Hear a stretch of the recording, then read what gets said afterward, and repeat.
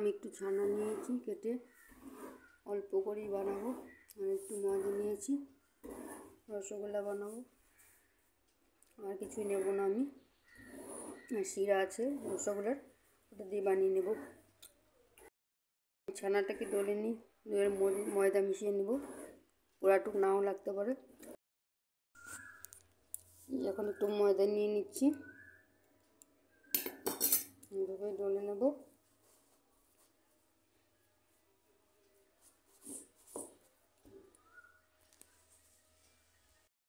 এখানে আমার পুরো ময়দাটুক লাগেনি, রয়ে গেছে 1 চামচ, লাগবেও না, একটু দিলে হয়ে গেল।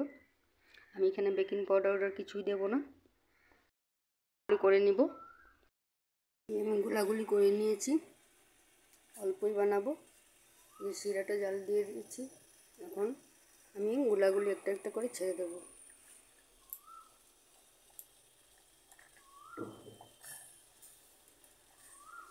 আমার শিরা ছিল রসগোল্লার, ওটাতেই দিয়ে দিচ্ছি।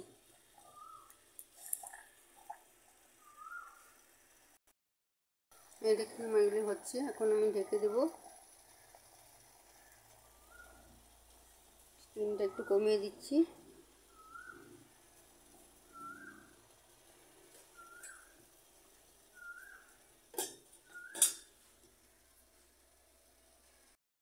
বন্ধুরা কত ছোট ছোট ছিল, কত বড় বড় হয়ে গেল। আমি কিন্তু এখানে বেকিং সোডা কিছুই দিইনি। এখন একটু কাঁচা জল দিয়ে চাপে চেপে দেবো।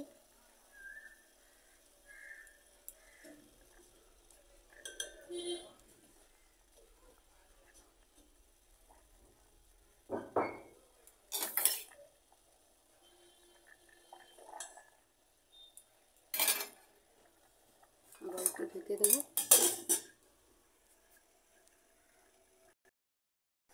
এখন গ্যাস অফ করে ঢেকে রেখে দেবো। আমি একটু এলাচি পাউডারটা দিতে ভুলে গেছি, এলাচি পাউডার দিয়ে দিলাম।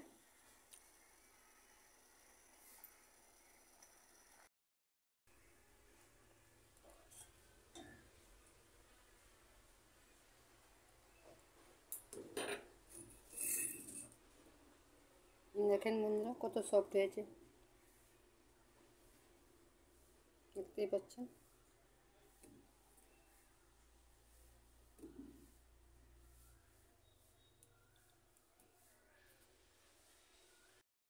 দেখেন বন্ধুরা আমার রসগোল্লা বানানো রেডি।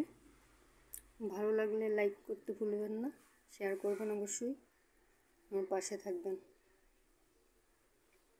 আপনারাও এরকম বানাবেন। তাহলে এখন টাটা, বাই বাই।